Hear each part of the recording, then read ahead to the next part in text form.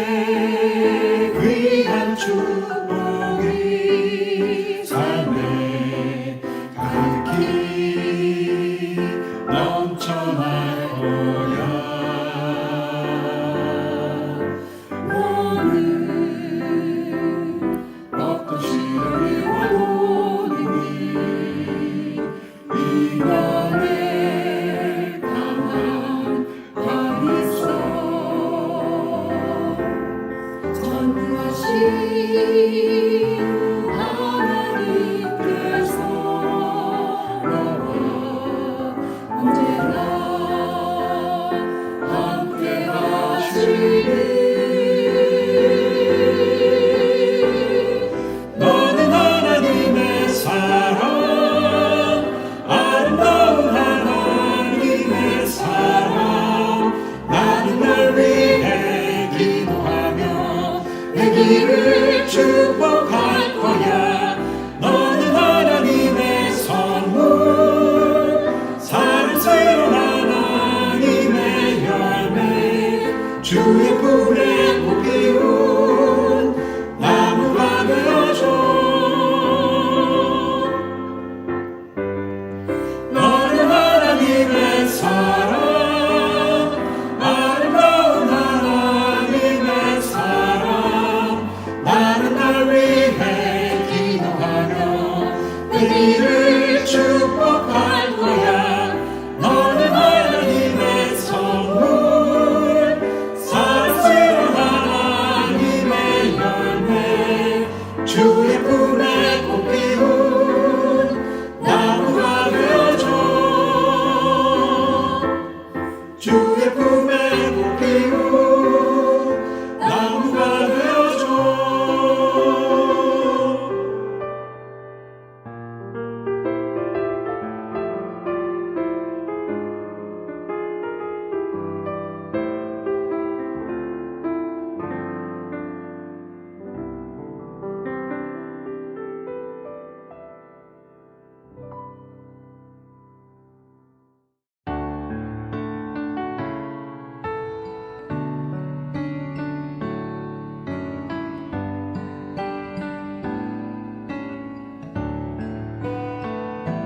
오직 주의 사랑에 매여 내 영 기뻐 노래합니다. 이 소망의 언덕 기쁨의 땅에서 주께 사랑 드립니다. 오직 주의 임재 안에 갇혀 내 영 기뻐 찬양합니다. 이 소명의 언덕 거룩한 땅에서 주께 경배드립니다. 주께서 주신 모든 은혜 많이 말할 수 없네. 내 영혼 즐거이 주 따르렵니다. 주께 삶 드립니다.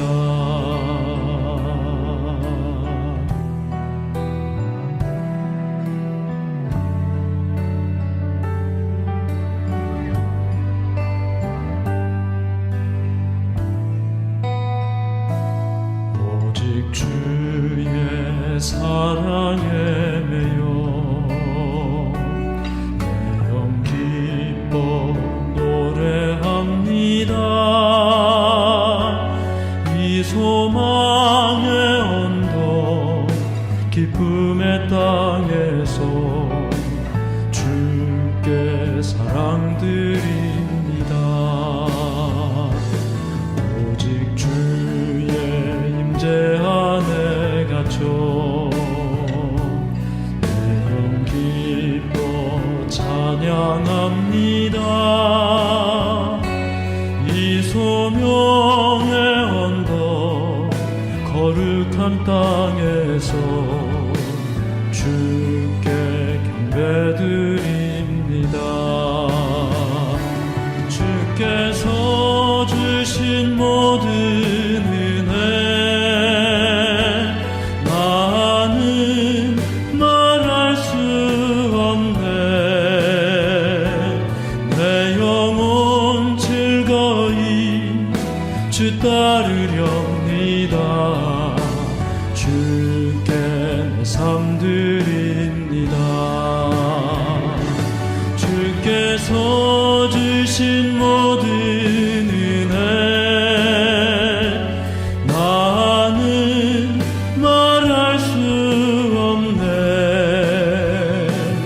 내 영혼 즐거이 주 따르렵니다. 주께 내 삶 드립니다. 주께 내 삶 드립니다. 자비로우시고 은혜로우시며 저희를 참으로 사랑하시는 하늘에 계신 우리 아버지 하나님, 저희를 이 새벽에 일으켜 세우시고 주의 말씀의 은혜를 주시오니 참으로 감사하고 감사합나이다.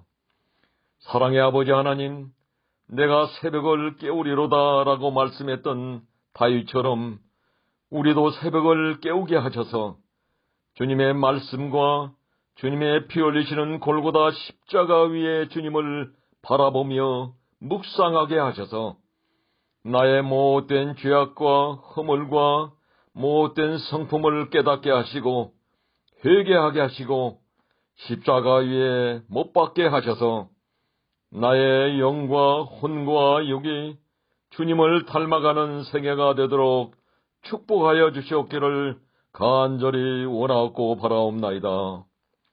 고마우신 아버지 하나님, 이 새벽을 깨운 모든 성도님들의 간구 기도를 응답하여 주시고 특별히 육신의 연약한 남녀 종들 위에 역사하셔서 주님의 의로운 해를 비춰주셔서 치료하여 주시고 우리 모두에게도 강건함을 주셔서 주님의 새 전사의 기별을 널리 전하는 남은 백성 재림 성도가 될 수 있도록 축복하여 주시옵소서. 말씀으로 이 땅을 창조하신 주님, 이 시간 주님의 귀한 종을 세우셨사오니 말씀하여 주시고 성령님 함께하여 주셔서 주님의 반석 위에 나의 심령이 깨어지며 주님의 사람이 되는 이 한 시간 되게 하여 주시옵기를 우리를 죄악 가운데서 구원하여 주신 우리 주님 예수 그리스도 이름 받들어 기도하옵나이다. 아멘.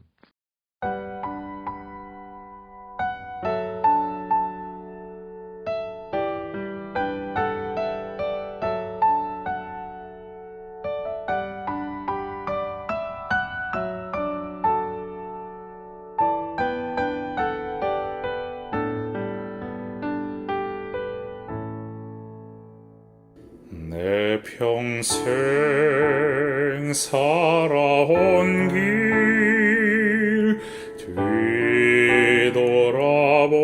뒤돌아보니 짧은 내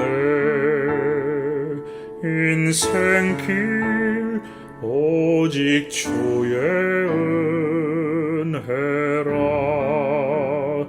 내 평생 살아온 길 뒤돌아보니 짧은 내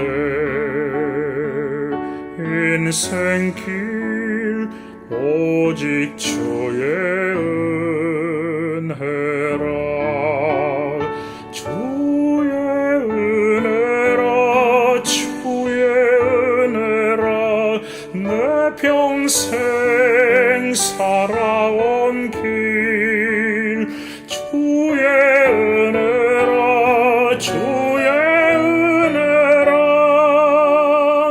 다함이 없는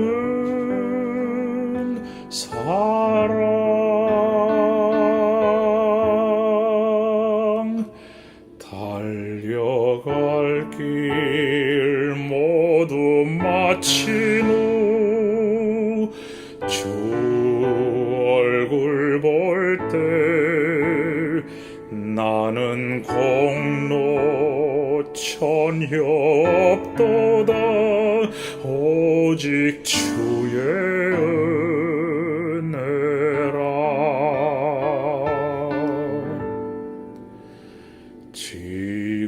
지금까지 지내온 것 주의 크신 은혜라 한이 없는 주의 사랑 어찌 이루 말하랴 자나깨나 주의 손이 항상 살펴주시고 모든 일을 주 안에서 형통하게 하시네 주의 은혜라 주의 은혜라 내 평생 살아온 길 주의 은혜라 주의 은혜라 다함이 없는 사랑 주의 은혜라 주의 은혜라 내 평생 살아온 길 주의 은혜라 주의 은혜라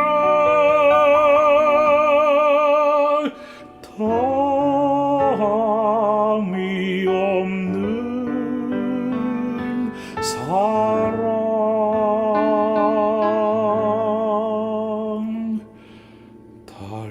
달려갈 길 모두 마친 후 주 얼굴 볼 때 나는 공로 전혀 없도다 오직 주의 은혜라 나는 공로 전혀 없도다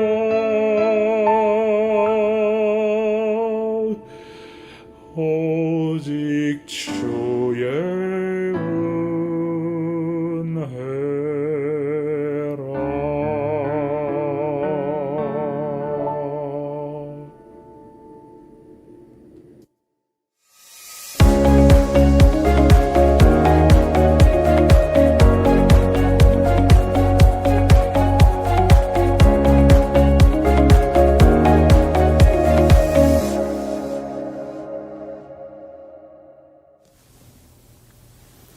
성도 여러분, 기쁨과 행복이 있는 셋째 날 아침입니다.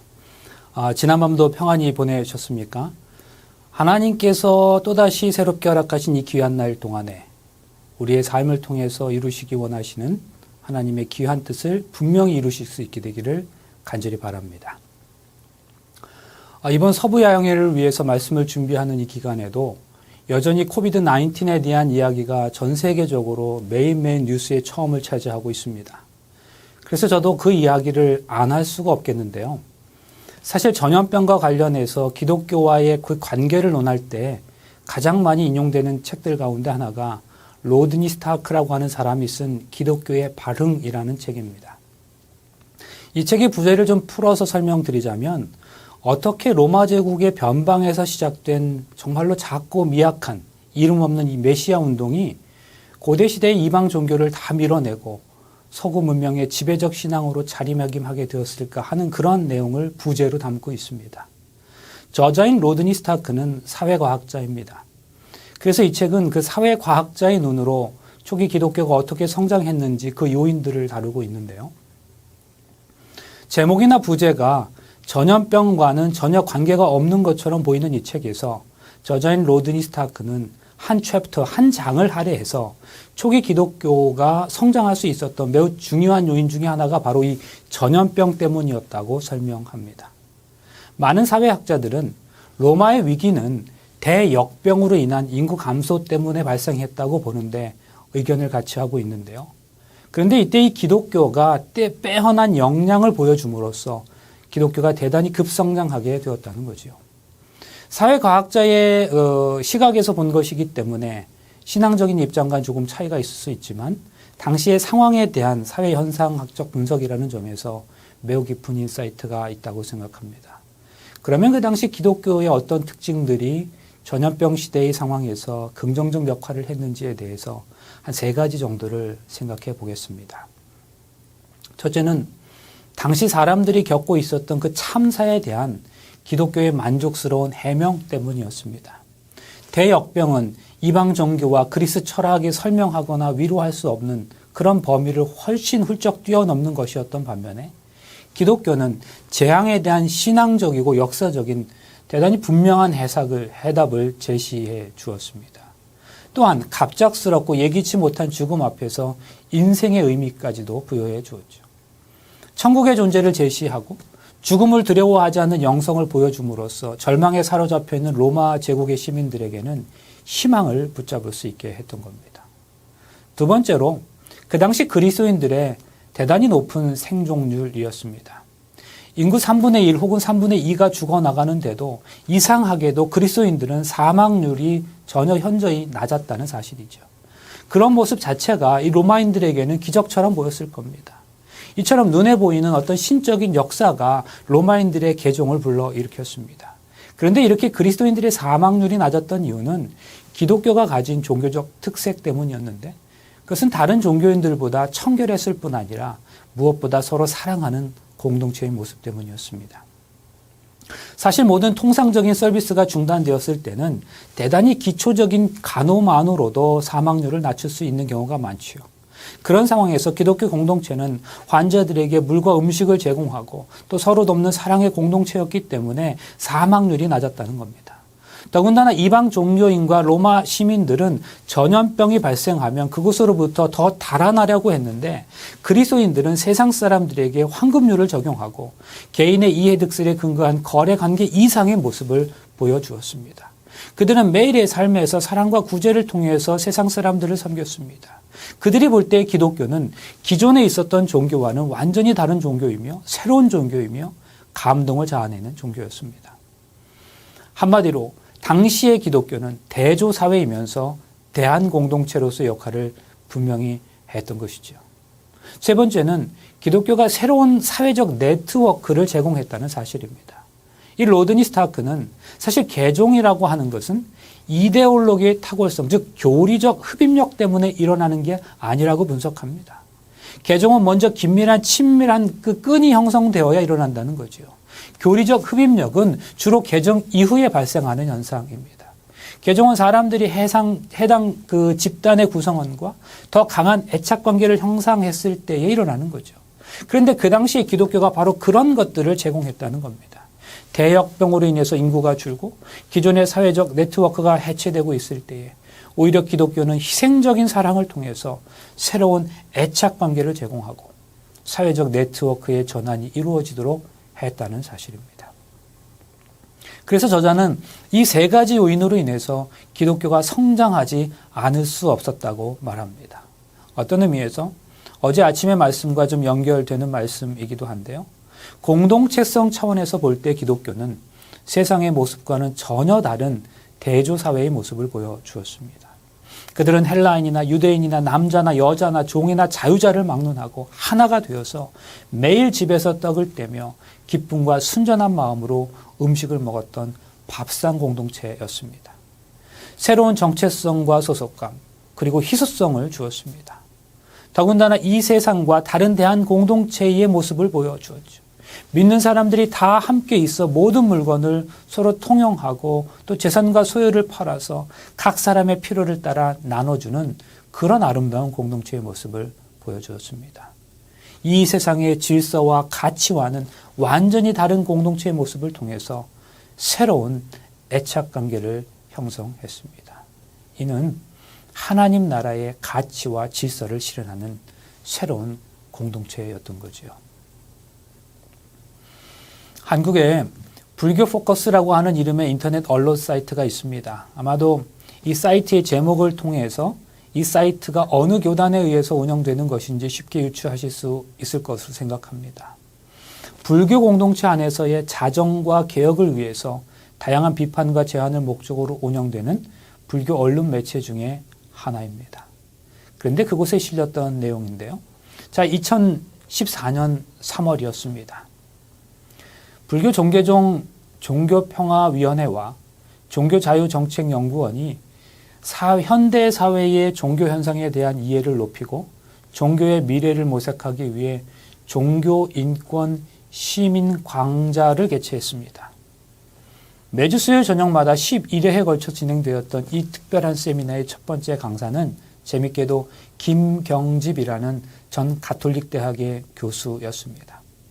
불교 단체가 시민을 대상으로 주최한 세미나의 첫 번째 강사가 가톨릭 대학의 교수였다는 사실도 흥미로웠지만 김경집 교수가 자신의 강의를 시작하면서 세미나의 참석자들에게 했던 그 첫 번째 질문은 더욱 흥미로웠습니다. 제7일 안식일 예수 재림교회는 이단입니까? 그는 이러한 질문으로 자신의 세미나의 첫 시간을 시작했습니다. 아시는 대로 한국 기독교 공동체 안에서 이단 문제는 굉장히 민감한 상황인데요. 우리 재림교회가 한국의 기독교 안에서 조금은 불편한 시선을 받고 있는 것이 사실입니다. 그런데 종교와 인문학에 대한 강의 중에 그는 왜 갑자기 논란이 될 수도 있는 이 이단 문제를 거론했던 것일까요? 사실 그보다 앞선 2011년 초에 한국의 한 대학교에서 청소와 시설관리, 경비 노동자들을 집단 해고하는 그런 사건이 있었습니다. 그러자 그렇게 갑작스럽게 해고된 청소 노동자들이 학교 당국을 향해서 그 해고를 철회하도록 하고 처우를 개선을 요구하면서 농성을 했었는데요. 그것이 세상에 알려지게 된 것이었습니다. 해당 대학의 청소 노동자 80여 명의 그 한 달의 임금은 76만 원이었습니다. 약 10년 전의 일이라고는 하지만 당시 1인당 국민소득이 2만 4천 불이었던 한국에서 그들은 한 달 월급을 채 700불도 안 되는 액수를 받고 살아가고 있었던 거죠. 학교가 아닌 용역업체와 1년에 한 번씩 계약을 체결해온 이들은 오전 8시에 출근해서 오후 6시에 퇴근할 때까지 휴식 시간이 거의 없이 일해야 했습니다. 그들에게 제공되는 식비 역시 매우 충격적이었는데요. 해당 대학은 청소 노동자들에게 월 9,000원의 식대를 지급했습니다. 하루 식비가 300원인 셈입니다. 하루에 30센트도 안 되는 거죠. 이러한 사실들이 알려지자 서울의 28개 대학의 청소 노동자들에 대한 학교별 처우 실태 조사가 이루어졌고 그 내용이 한 언론을 통해서 발표되었습니다. 28개 대학들의 상황은 앞선 대학의 상황과 크게 다르지 않았습니다. 28개 대학의 청소 노동자들은 일주일 평균 39시간을 일하는데 한 달 평균 95만 원을 받는 것으로 나타났습니다. 이는 당시 주 40시간 근무 기준 최저임금인 월 86만 원보다 고작 10만 원 정도 많은 금액이었는데요. 이들 대학들 가운데는 그저 최저임금을 아슬아슬하게 맞춰주는 것도 상당수 있었습니다. 하루 평균 8시간에서 10시간을 학교에서 보내는 청소 노동자들은 어떻게 식사를 해결하고 있었을까요? 조사 결과 28개 가운데 식사와 관련 어떠한 지원도 하지 않는 대학이 무려 15개 대학이었습니다. 이들 대학에서 근무하는 노동자들은 자비로 식사를 해결해야 했습니다. 새벽에 도시락 2개를 싸서 출근한다는 한 노동자는 식사비만큼은 따로 지원해 주었으면 좋겠다고 거듭 강조하기도 했습니다. 이 대학에서는 휴게실 취사도 불가능하다고 했습니다. 이런 상황에서 한국의 재림교회 대학인 우리 삼육대학교가 큰 조명을 받게 되었는데요. 그 이유는 다음과 같습니다. 서울 시내 대학들 청소 노동자들이 이러한 대우를 받고 있는 가운데 삼육대학교의 경우는 전혀 다른 처우를 받고 있다는 사실이 알려지게 된 거죠. 삼육대학교는 당시 미화를 담당하는 청소 노동자 26명 전원을 직접 고용하고 있으며 이들 청소 노동자 가운데 19명은 정규직으로 대학 공동체 안에 다른 교직원들과 똑같은 대우를 받는다는 사실이 알려졌습니다. 그러면 이들이 받는 월급은 얼마인가? 앞선 대학의 경우 청소 노동자가 월 76만 원을 받는 데 비해 삼육대학교는 238만 원을 월급으로 지급하고 있었습니다. 그러면 근무 시간의 차이가 있는가? 그렇지 않습니다. 똑같이 주 40시간 근무였습니다. 용역 회사를 통해 고용된 이들이 받는 월급과 삼육대학교 청소 노동자들이 받은 월급이 많게는 150만 원 가까이 차이가 나는 것입니다. 그뿐만이 아닙니다. 고용직 이상의 모든 직원은 자녀가 삼육대학교에 입학할 경우 학비가 100% 지원된다는 사실과 또 계약직 직원이라 할지라도 삼육재단이 운영하는 사회교육원, 어린이집 등을 이용할 때 혜택을 받는다는 사실이 세상에는 신선한 충격이 되었습니다. 해당 기사는 그 이유에 대하여 이렇게 결론을 내립니다. 삼육대가 이처럼 청소 노동자들을 직접 고용하는 배경에는 교회 학교라는 특수성이 있다. 삼육대는 제7일 안식일 교도들이 설립한 대학이다. 바로 이런 상황에서 앞서 말씀드린 불교 종교단체가 주최한 종교인문학 세미나의 첫 번째 강사였던 그 김경집 전 가톨릭 교수가 질문한 것이었습니다. 제7일 안식일 예수 재림교회는 이단입니까? 김경집 교수는 이어서 더 놀라운 사실은 삼육대의 학내 구성원들이 청소 노동자들을 집사님이라고 부르는 점이라며 자신이 일했던 가톨릭 대학교에서는 신부님들조차 청소 노동자들에게 자매님 이런 호칭을 쓰는 것을 보지 못했고 대다수는 그냥 아줌마로 부른다고 청소 노동자를 대하는 태도를 꼬집었습니다. 김 교수는 나는 안식일 교회가 이단인지 아닌지도 잘 모르고 관심도 없습니다. 다만 오늘날 서울에서 청소 노동자 전원을 직접 고용한 대학이 삼육대 한 곳밖에 없다면 과연 가장 착한 교회, 착한 종교를 어디라고 할 수 있겠느냐고 반문했습니다. 그러면서 그는 나는 신학자도 아닐 뿐더러 이 자리에 신학 논쟁을 하러 온 것도 아닙니다. 하지만 이제 종교는 누구의 교리가 낫다, 또 어떤 교회가 더 우월하다 이런 타령은 그만두고 누가 더 선한가, 누가 더 잘 실천하냐를 따져 물을 수 있어야 합니다. 종교의 핵심은 착한 마음이기 때문입니다. 그것을 깨닫고 실천하지 못하면 종교는 존재할 가치를 상실하는 것입니다. 이렇게 말하면서 종교계의 실천을 당부했습니다. 그런데 여러분, 제가 말씀드리는 내용은 이것으로 끝나지 않습니다. 지난 2018년 9월 19일에는요. 한국의 4대 일간지 중에 하나인 중앙일보에 삼육대학교 미화팀 직원 선생님의 아름다운 이야기가 실렸습니다. 삼육대학교 미화팀에 근무하는 강진숙 씨가, 강진숙 집사님이죠. 여기 기사가 그렇게 나온 거예요. 17년대 대학에 발전기금을 기부하고 있다는 기사였습니다. 기사의 내용에는 이렇게 기록되었습니다. 제가 읽어보겠습니다. 강 씨가 이처럼 꾸준히 대학에 발전기금을 기탁하고 있는 이유는 학교에 진 사랑의 빛 때문이다.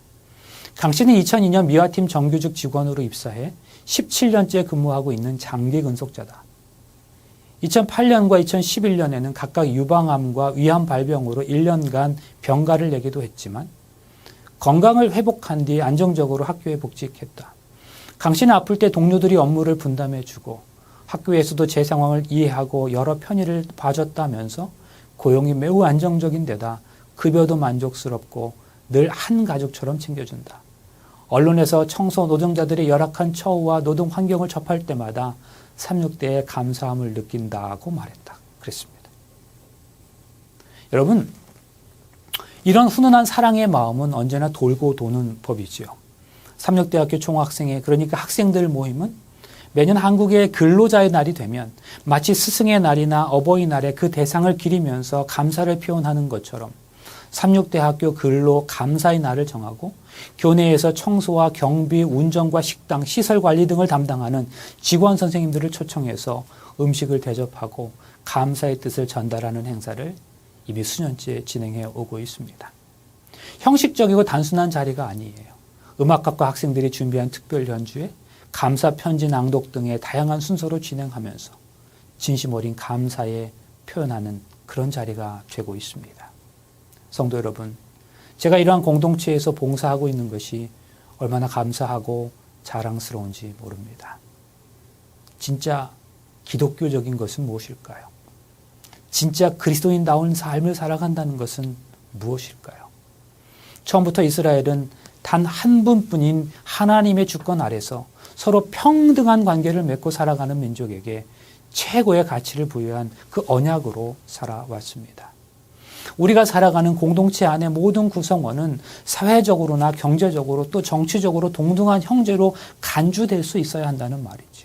흔히들 인권이나 평등이라는 개념을 현대 세속주의가 압제적인 종교에 맞서서 이루어낸 어떤 산물인 것으로 생각하지만 사실 이 개념은 기독교 세계에서 출현했습니다. 인권 개념의 기초는 모든 인간이 하나님의 형상대로 창조되었다는 그 성경 개념에서 시작한 것입니다. 그렇다면 여러분, 가장 그리스도인다운 것은, 가장 성경적인 것은 우리가 섬기는 공동체 안에서, 아니 단순히 교회라고 하는 이 울타리를 넘어서서 우리를 포함하고 있는 다양한 공동체 안에서 누군가의 배움의 차이로 인해서 또 경제적 차이로 인해서 편을 가르고 대우가 달라지는 일은 없어야 하는 것 아니겠습니까? 우리 주님은 이렇게 말씀하셨지요. 여우도 굴이 있고 공중에 나는 새도 깃들 곳이 있는데 인자는 머리 둘 곳이 없다. 예수님은 스스로 사치스럽게 할 것이 하나도 없으셨습니다. 세상 떠나는 그 순간 예수님은 어떻게 하셨습니까? 입고 있던 옷까지 벗겨졌어요. 그렇게 수치스럽게 온몸이 노출된 채 세상을 떠나면서 남은 것이 아무것도 없이 사셨습니다.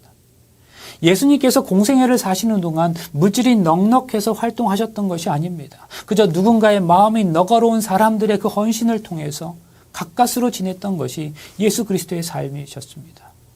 그런데 여러분, 중요한 것이 뭐냐면 예수님은 가진 것이 없었기 때문에 당신 자신을 선물로 주셨다는 거죠. 만나는 모든 사람에게 그렇게 하셨습니다. 당신께서 가지신 것이 없어서 당신 스스로를 내어주는 삶을 사셨어요. 그러면 오늘날 교회의 모습은 어떠합니까? 대단히 죄송한 말씀이지만 교회들이 요즘 많이 풍요로워졌기 때문에 교회는 세상에 줄 것이 너무 많습니다. 그래서 우리는 우리 스스로가 그들에게 선물로 주어지는 대신에 우리가 가진 어떤 물질을 세상에 줍니다. 그러면서 우리가는 그 물질이, 그런 행위가 주님의 일을 한다고 착각하고 또 그렇게 말하는 거죠. 어떤 분은 그래도 재정이 넉넉해야, 물질이 좀 있어야 교회가 큰 일을 할 수 있다고 말합니다. 일리가 있죠. 그러나 기억하세요. 하나님은 우리에게 큰 일을 하라고 하신 적이 없습니다.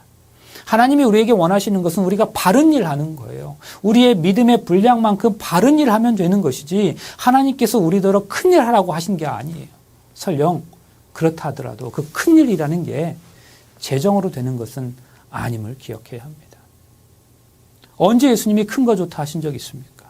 오히려 우리가 믿는 예수님은요, 과부의 동전 한 입, 한 달란트, 냉수 한 그릇, 장전만 5,000명을 먹였던 소년의 도시락과 같은 것들에서 커다란 가치를 찾으시는 분입니다. 그런데 우리는 자꾸 커지려고만 합니다. 큰 교회 지어놓고 어른 교회랍니다. 정말 그렇습니까? 어른이 있는 교회가 어른 교회 아닐까요? 노자의 도덕경에 나오는 이야기인데요. 노자가 이렇게 말하지요. 공성이 불거라. 공을 이룬 후에는 거기에 머물면 안 된다는 겁니다. 이것을 성서적 언어로 설명하면 영으로 시작했다가 육체로 마칠 수 있음을 경고하는 겁니다. 여러분, 이거 너무 안타깝고 비참한 거 아니겠습니까? 그런데 불행하게도 영으로 시작했다가 육으로 마치는 사람들이 너무 많다는 사실입니다. 오늘날 교회에게 돈이 없는 게 아니에요, 여러분. 교인이 없는 게 아니에요. 하나님의 뜻을 수행하려는 뜨거운 마음이 우리 속에 없을 뿐입니다. 여러분, 교회는 큰 교회와 작은 교회가 있는 게 아니고 살아있는 교회와 죽은 교회가 있을 뿐입니다. 교회를 살아있는 교회, 그런 교회가 되게 하는 게 무엇일까요? 살아있는 교회가 무엇입니까? 예수 그리스도의 마음을 따라가는 교회가 아니겠습니까? 그래서 우리 교회는 커, 작아, 이런 소리 제발 좀 하지 말아야 합니다. 교인이 한두 명뿐이라 하더라도 그 속에 살아있는 혼이 나오고 생명력이 있으면 그 교회는 정말 위대한 교회가 아니겠습니까? 여러분, 일본의 기독교 역사 속에서 위대한 지도자를 꼽는 두 사람이 있습니다. 한 사람은 우찌무라 간조라는 분이고요. 또 한 사람은 가가와 도요히코라는 목사님이에요. 20세기 초 일본에서 갓 안수받은 나가노라는 젊은 목사님이 있었습니다. 그 당시 일본은 지금도 그렇지만 기독교인이 거의 없었는데요.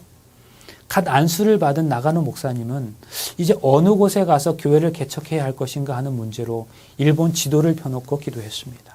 기도하면서 동서남북 100km 이내에 단 한 명의 교인도 없는 곳을 찾아보니 일본 북쪽의 그 가나사와라는 지역이 적정한 곳으로 생각되었습니다. 이 젊은 청년 목사는 곧 그 지역으로 가서 텐트를 치고 개척교회를 시작했습니다. 자신의 아내와 아이 둘을 놓고 창립 예배를 드렸습니다. 한 달이 지나고 두 달이 지났는데 교인이 오지 않는 거예요. 6개월이 지났습니다. 여러분 같으면 어떻게 하시겠습니까? 기도할 때는 열심히 믿습니다 하고 기도하지만 6개월 동안 교인이 오지 않으니까 이건 하나님의 뜻이 아니구나 하고 옮기면 그만이에요. 그러나 나가노 목사는 그 자리를 옮기지 않았어요. 하나님께서 자신을 그곳에 보내주신 줄로 믿었기 때문에 하나님께서 당신의 뜻을 이룰 거라고 믿었습니다. 그리고 그 자리를 무려 5년을 지켰어요. 아내와 아이만을 두고서요. 그렇게 5년이 지나 어느 수요일 저녁에 장막에 커튼을 젖히고 첫 번째 방문자가 들어왔습니다. 청년이었습니다. 여러분이 나가노 목사가 얼마나 감격했겠습니까? 5년 동안에 그 어떤 설교보다도 열정적으로 설교했습니다. 설교가 끝난 뒤에 그 청년을 데리고 식탁에서 저녁을 함께 먹었습니다. 그런데 식사 도중에 이 청년이 우욱하더니 피를 쏟아버리는 거예요. 그 청년은 폐병 환자였던 거죠. 나가노 목사는 순간적으로 머리에서 갈등이 일었습니다. 세상에 이런 괘씸한 사람이 있나? 이 사람을 지금 당장 쫓아버려야 하나? 아니면 내가 이 핏덩이를 쓸어내고 계속 함께 이 사람과 더불어 밥을 먹어야 하나? 그런 갈등이 있었는데 마음속에서 주님의 음성이 들렸습니다. 그래도 내가 너에게 처음 보내준 사람인데.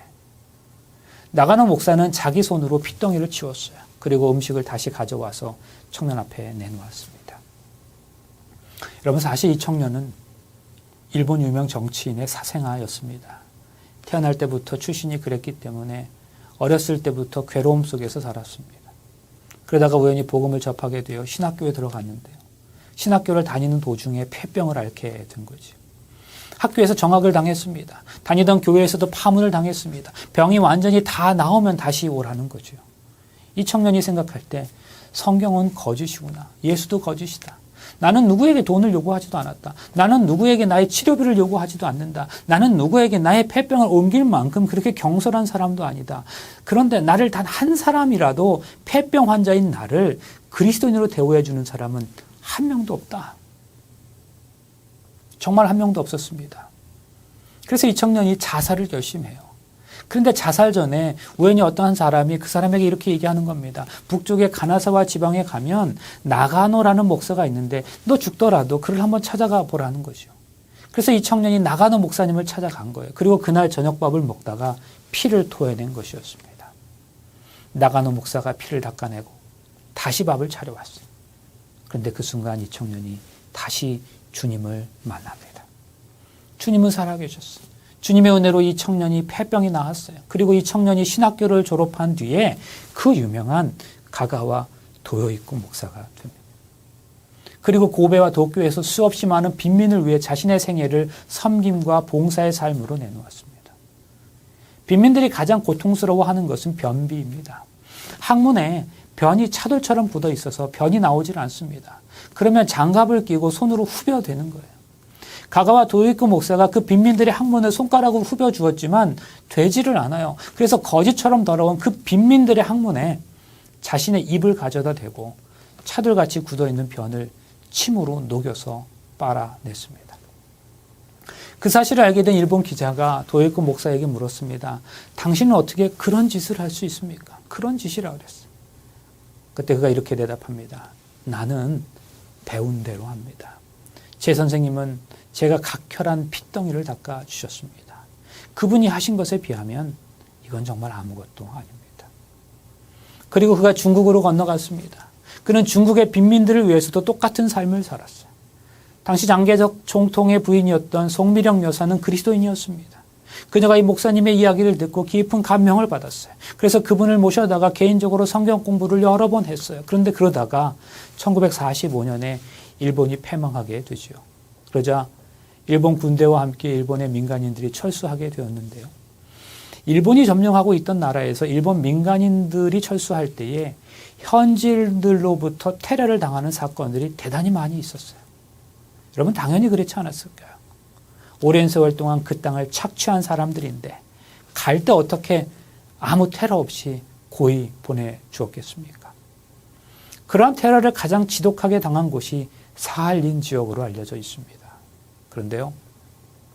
일본 패망 당시에 중국 땅에 있었던 일본인의 숫자는 200만 명에 달했지만 그 중에서 단 한 명도 테러를 당하지 않았습니다. 천황의 항복명령과 동시에 중국의 장개석 총통이 포구령 제1호를 내렸어요. 철수하는 일본 사람들에게 위해를 가하는 자는 중형에 처한다는 것이었습니다. 여러분 이게 종전 이후 포구령 제1호였습니다. 여러분 그 배후에 가가와 도요이코 목사의 감동이 있었던 것은 물론입니다. 성도 여러분, 나가노 목사는 평생에 한 명의 그리스도인밖에 배출하지 못했습니다. 경제 논리로 보면 그는 실패한 목사입니다. 그러나 그는 실패한 목사가 아니었습니다. 나가노 목사가 없었더라면 가가와 도요이코 목사는 없었습니다. 가가와 도요이코 목사가 빈민들의 학문을 빨아줄 때 그 심중에는 나가노 목사도 함께 있었던 거지요. 가가와 도요이코 목사가 중국 빈민들을 위해 자신의 생애를 바칠 때 그 속에는 나가노 목사도 함께 있는 겁니다. 그래서 미우라 아야코 여사는 가가와 도요이코 목사도 위대하지만 그 한 사람을 배출한 나가노 목사가 더 위대하다고도 말했습니다. 나가노 목사는 어떤 사람이었습니까? 그야말로 하나님을 비전으로 삼은 사람이었습니다. 자신에게 주어진 삶의 현장의 중요성을 알았던 사람이죠. 그는 자신의 장막을 거두지 않았어요. 오늘은 바로 내일을 위한 준비라는 사실을 알았어요. 그래서 5년 동안 자리를 지켰습니다. 그는 정말 이성적인 신앙의 소유자였어요. 그가 만일 감성만을 가진 신앙의 소유자였더라면 5년 동안 수십 번의 텐트를 옮겼을 겁니다. 그러나 이성으로, 의지적 결단으로 하나님을 위해 그 자리를 지켰습니다. 그는 결코 결과를 보고 싶은 유혹에 빠지지 않았어요. 그가 만일 목회의 결과를 보기 원했더라면, 머리 숫자만을 중요하게 생각했더라면 각혈하는 청년을 그리스도 안에서 세우지 못했을 겁니다. 그는 참으로 하나님을 비전으로 삼았던 사람이었습니다. 그렇기 때문에 나가노를 통하여 가가와 도요이코를 세우려는 하나님의 비전이 이루어졌던 겁니다. 나가노 목사님은 평생을 목회하면서 딱 한 명의 신자를 얻었습니다. 그 한 명의 신자가 바로 가가와 도요이코였습니다. 일본 기독교에 있어서 가장 위대한 인물이에요. 그러면 여러분 그 교회가 정말로 산 교회이지 않겠습니까? 왜 자꾸 우리는 숫자 가지고 우리 교회는 커 작어, 더 나가서 침례자 수 가지고 잘했어 못했어, 제발 그런 소리 하지 않았으면 좋겠습니다. 많고 적음의 문제가 아니라 있고 없음의 문제임을 알아야 합니다. 겨자씨만한 믿음으로도 산을 옮길 수 있다 하셨어요. 그 말씀은 크고 작음을 말씀하신 게 아니에요. 있고 없음의 문제인데 있으면 다 된다는 말씀입니다. 예수 그리스도는 가진 게 없었기 때문에 당신 자신을 선물로 주셨어요. 병든 사람에게 자신을 온전히 선물로 주셨어요. 그걸 구체적으로 이렇게 설명할 수 있습니다. 네 고통을 모두 나한테 주어. 그래서 예수님은 각 사람의 그 고통을 모두 감싸 안으셨어요. 네 눈물이 내 눈물이야. 사람들의 찢기고 상한 마음을 그대로 부둥켜 안으신 거죠. 여러분, 이것이 예수님이 당신을 이 땅의 사람들에게 선물로 주신 것이었습니다. 그런데 우리는요, 너무 사치스러워요. 그러나 많은 것은 누리고 있는데 예수님의 그 마음을 누리지는 못하고 있단 말이에요. 이 교회가 너무 부유해서 줄 게 너무 많아요. 그런데 우리 주님께서 우리에게 원하시는 것은 가난한 마음이래요. 예수님에게는 그런 부유함과 사치스러움이 없으셨어요. 성도 여러분, 우리가 하나님께 대하여 또 이 세상에 대하여 선물할 것이 그저 나 자신뿐인 삶, 그런 공적인 신앙을 살아가실 수 있게 되기를 간절히 바랍니다. 우리 어린 시절에 친구들과 운동장이나 마당에서 놀고 그럴 때요, 가위바위보를 하거나 손을 엎든지 뒤집든지 해서 편을 가르곤 했었습니다. 똑같이 편을 가르기 위해서 그 운동의 능력치가 비슷한 사람들끼리, 나이가 비슷한 사람끼리 짝을 지어서 가위바위보를 해서 서로가 상대편이 되기도 했습니다. 그런데 운동의 능력이 좀 떨어지거나 나이가 어린 아이들이 있으면 그런 아이들을 향해서 야, 너 빠져, 이렇게 차마 말하지 않았습니다. 우선 그 아이만을 남겨두고 다 편을 가른 후에는 꼭 그 아이를 두 팀 가운데 어느 편인가로 끼워 주었지요. 그걸 뭐라고 했습니까? 깍두기였습니다. 사실 우리가 다 그런 경험이 있습니다. 근데 여러분 기억하세요? 깍두기는요, 패배의 책임을 지지 않습니다. 어떤 게임이나 경기에서 그 아이 때문에 졌다고 해도 패배의 책임을 그 아이에게 돌리지 않습니다. 그러나 승리의 기쁨은 공평하게 함께 나눕니다. 그 깍두기 아이도 승리의 기쁨에는 한껏 동참할 수 있다는 말씀입니다. 이게 바로 깍두기입니다. 사랑하는 성도 여러분, 우리가 몸담고 있는 이 교회 공동체는 진정 깍두기마저도 행복한 공동체입니까? 정말 그렇습니까? 한국의 기독교 공동체 안에서 출간되는 다양한 정기 간행물 가운데 복음과 상황이라는 간행물이 있습니다. 물론 우리 교단에서 출판하는 것은 아니에요. 근데 지난 2021년 5월 후에는 최근이죠. 교회라는 공간에 관한 커버 스토리가 실렸는데요. 그 기사의 첫 부분은 이렇게 시작하고 있습니다. 제가 다 읽어드릴게요. 한 장애인의 이야기를 알고 있다. 휠체어를 타고 다니시는 이분은 이사한 후 동네 교회를 찾았는데 예배당 앞까지 갔다가 되돌아오게 됐다. 승강기가 없는 그 예배당 본당은 2층에 있었는데 위로 올려줄 수고를 할 사람이 없었다. 오히려 교인에게 시설이 잘 갖춰진 곳으로 가시는 게 좋겠다는 권면을 들었다고 한다. 사건 이후 가게 된 곳은 한국에서 이단으로 알려져 있는 제7일 안식일 예수 재림 교회였다. 시설이 좋았느냐고? 아니다. 그를 올려줄 사람이 있었던 것이다. 시설이 아닙니다. 사람입니다.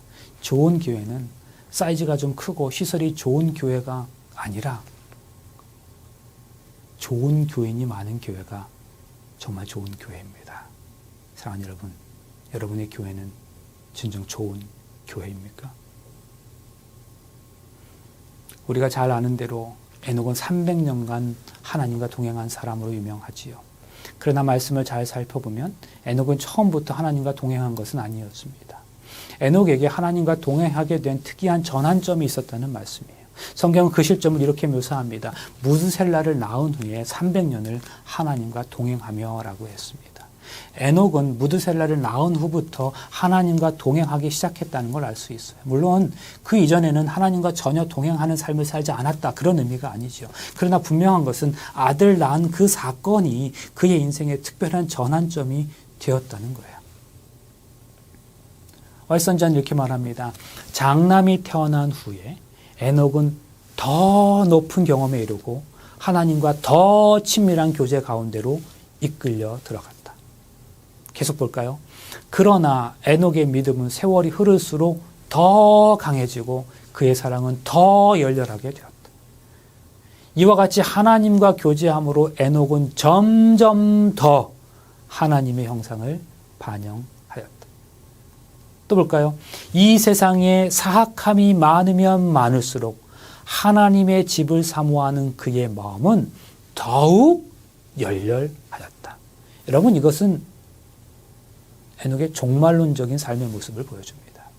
그러면 여러분, 도대체 어떠한 이유로 에녹이 무드셀라를 낳은 후부터 삶이 변하여 더 하나님과 동행하기 시작했을까요?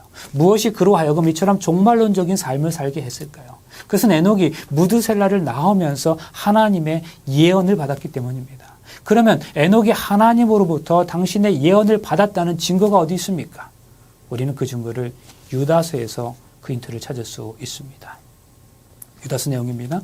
아담의 7대손 에녹이 이 사람들에 대하여도 예언하여 이르되 보라 주께서 그 수만의 거룩한 자와 함께 임하셨나니 이는 무사람을 심판하사 모든 경건하지 않은 자가 경건하지 않게 행한 모든 경건하지 않은 일과 또 경건하지 않은 죄인들이 주를 거슬려 한 모든 완악한 말로 말미암아 그들을 정죄하려 하심이라 하였느니라. 몇 분의 글입니다. 거룩한 천사들을 통하여 하나님께서 에녹에게 홍수로 세상을 멸망시킬 그분의 의도를 나타내셨다. 그분은 또 구속의 경륜을 그에게 더 완전하게 나타내셨다. 예언의 신을 통하여 그분은 그를 홍수 후에 대대의 사람들과 그리스도의 재림과 세상의 종말에 관계된 큰 사건들을 보여주셨다. 하나님은 에녹이 무드셀라를 낳기 전에 에녹에게 예언의 말씀을 주셨는데 경건치 아니한 자들을 심판하시겠다는 예언이었어요. 말하자면 에녹은 세상의 종말에 대한 예언을 받은 거죠. 그러므로 에녹의 생활이 달라지고 하나님과 동행하게 된 이유는 무드셀라를 낳으면서 종말 예언을 받았기 때문임을 알 수 있어요. 여러분 그렇다면 우리는 여기에서 한 가지 사실을 유추할 수 있겠네요.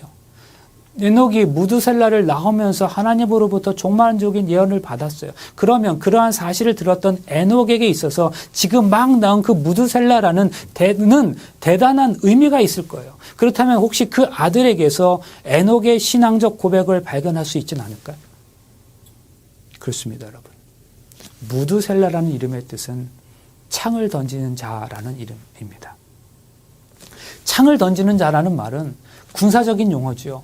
고대에서는 전쟁할 때 군사들이 성 밖으로 나갔어요. 그리고 성문에 창 던지는 사람을 하나 세워놓았습니다.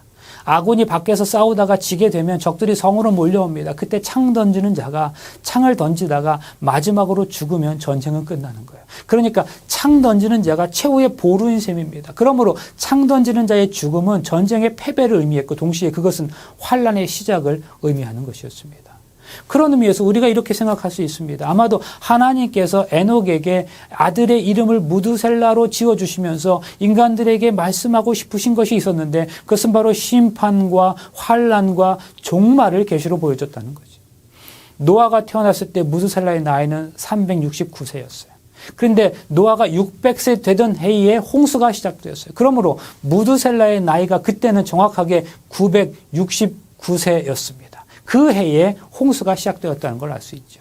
그런데 창 던지는 자 무드셀라는 969세에 죽었어요. 그러니까 신기하게도 그가 죽던 해에 홍수가 시작된 거예요. 여러분 이게 뭘 의미할까요? 예언 그대로 이름 그대로 된 거예요. 이러한 심판과 종말의 예언을 에녹이 하나님으로부터 받았기 때문에 그의 삶이 변하여 하나님과 더욱 동행하게 되었단 말이죠. 자, 그 다음에 우리가 살펴볼 것은 그러면 에녹은 심판을 예언받고 어떠한 삶을 살았는가 하는 거죠. 어떻게 종말론적인 삶을 준비하며 살았는가 하는 겁니다. 종말을 알고 에녹이 한 것은 두 가지였습니다. 첫 번째는 동행입니다.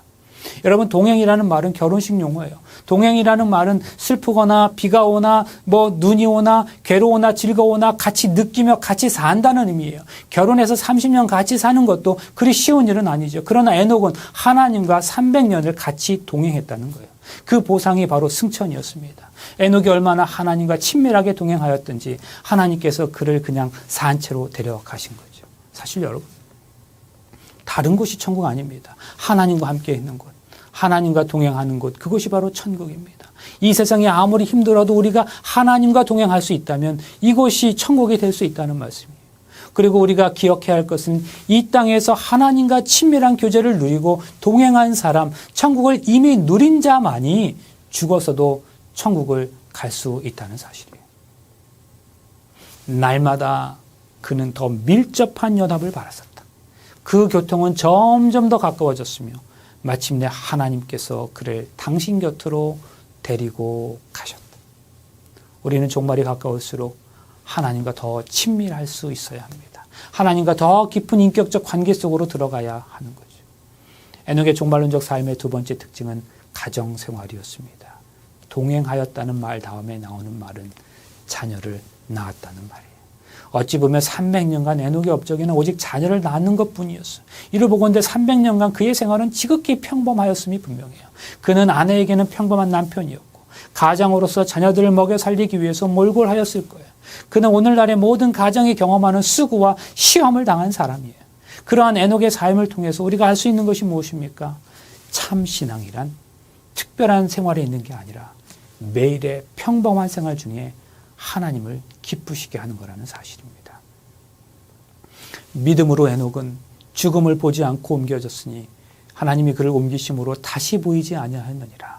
그는 옮겨지기 전에 하나님을 기쁘시게 하는 자라는 증거를 받았느니라.